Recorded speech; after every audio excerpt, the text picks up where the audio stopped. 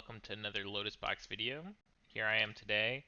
I have just submitted my decks for the next Pro Tour, which will be happening this Friday and Saturday and maybe Sunday, depending on how I do. And it's a split format event, so there's both standard and historic. So I'm going to go over both the decks I chose, why I chose them, and some of the card choices in those decks. Here we're starting with standard. We have Gruul, which is the deck I think is best in standard, hands down. Uh, it's not broken in the sense that it's like, Omnath broken, where it's just so much better than all the other decks that it doesn't matter.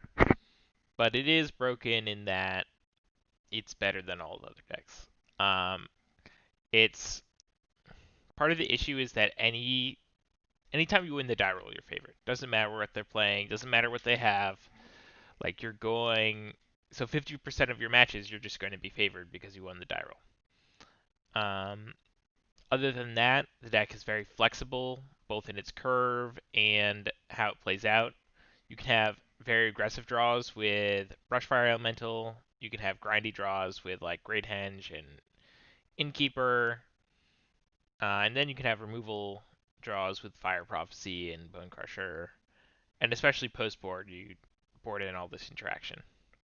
Some of the card choices I've made are I've gone up on Questing Beasts. So standard has changed recently. A mono green food has become the most played deck because it beats Gruul. That is in quotes because it doesn't beat Gruul. And then also Temur Obosh, similar thing. Both those decks have trouble dealing with Questing Beast and Embercleave. So normally Questing Beast wouldn't be good against those type of decks, but here you just kind of like play out your Questing Beast, don't attack into their creature, and then just attack next turn and cleave, and they just like they can't stop it in any way. Then you kill them. The other decks that have become popular are decks that go over those two decks, so like Temur Ramp or Blue Black Control, and those decks are actually just bad against Questing Beast because it's a 4/4 haste and it just kills them. So hence, we have 3 Questing Beasts. Previously, I'd gone down to like 1, but I like 3 right now. In the sideboard, we have a Thundering Rebuke instead of the 4th Fire Prophecy. That's because I want to be able to kill Brontodons and Terror of the Peaks. At one point, I had 2 Thundering Rebukes, but it looks like Temur's on decline. So I went back to 3-1 split instead of a 2-2 split with Fire Prophecy. I like Soulseer a lot.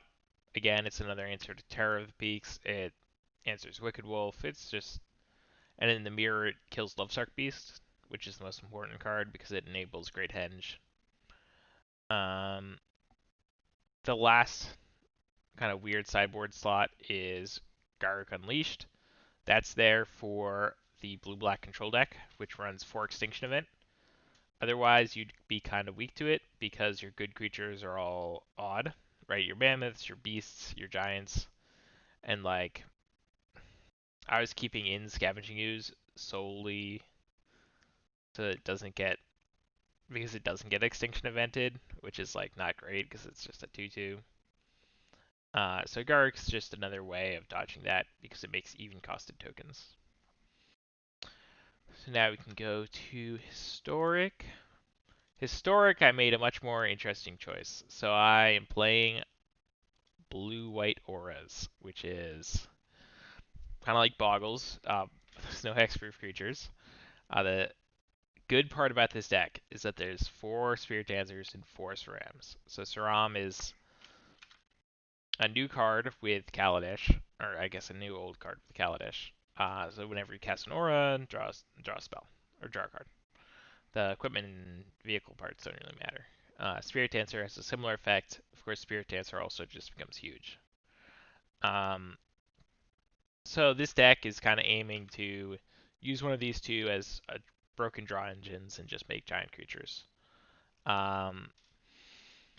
What's kind of different about my list is that we have more obsession effects. So we have 4 obsession and 3 staggering insight these are your kind of backups to these two cards.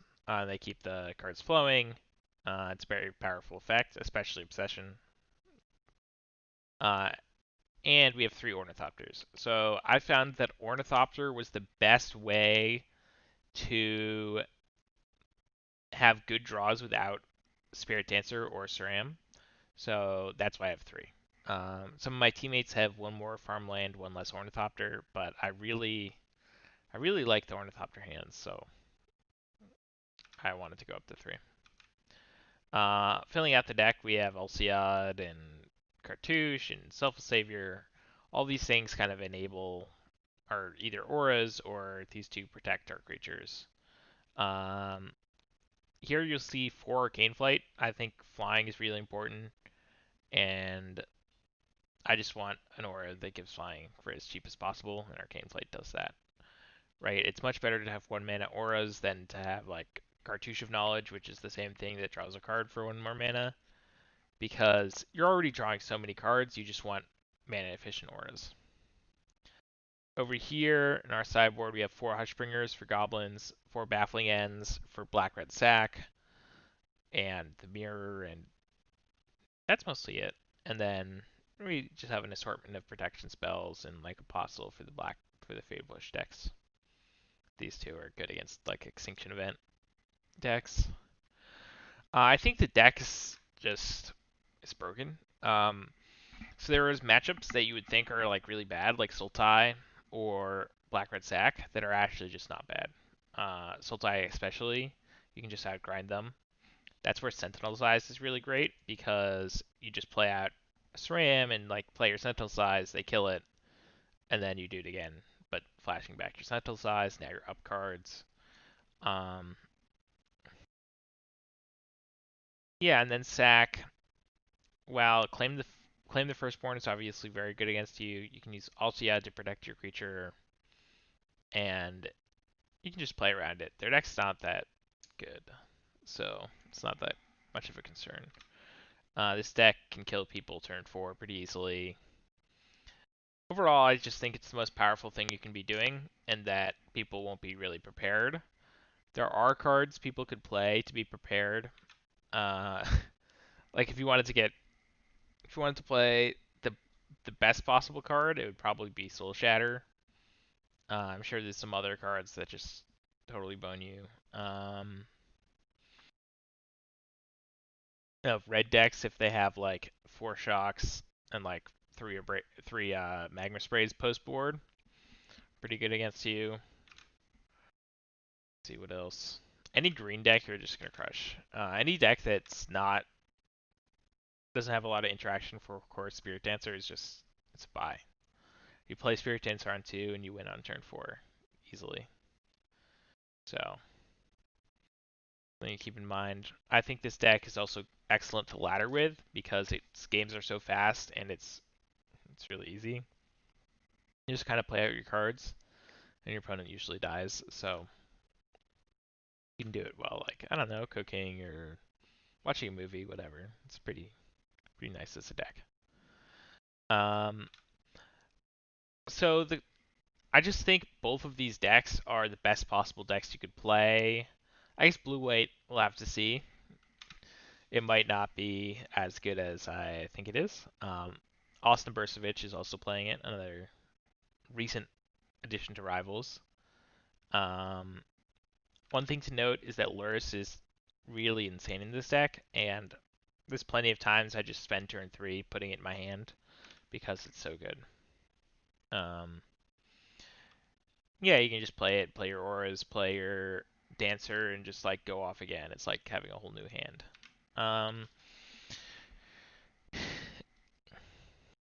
I didn't try and make any like big metagame calls because both formats are pretty developed, but at the same time pretty muddy. Like there's no clear best deck, except I think these are the clear best decks. I think Gruul is clearly the best deck in Standard, but people refuse to believe in the cleave, so I'll just have to keep beating them until they do. And then Blue-Eyed Auras, I just think is really powerful and proactive, and kind of under the radar. we'll see how it goes. Yeah, maybe against better players it's not as good, something like that. But I've been winning a lot with it, and it's felt really great. So hopefully I do well. Hopefully you can garner some insight from this. There you go.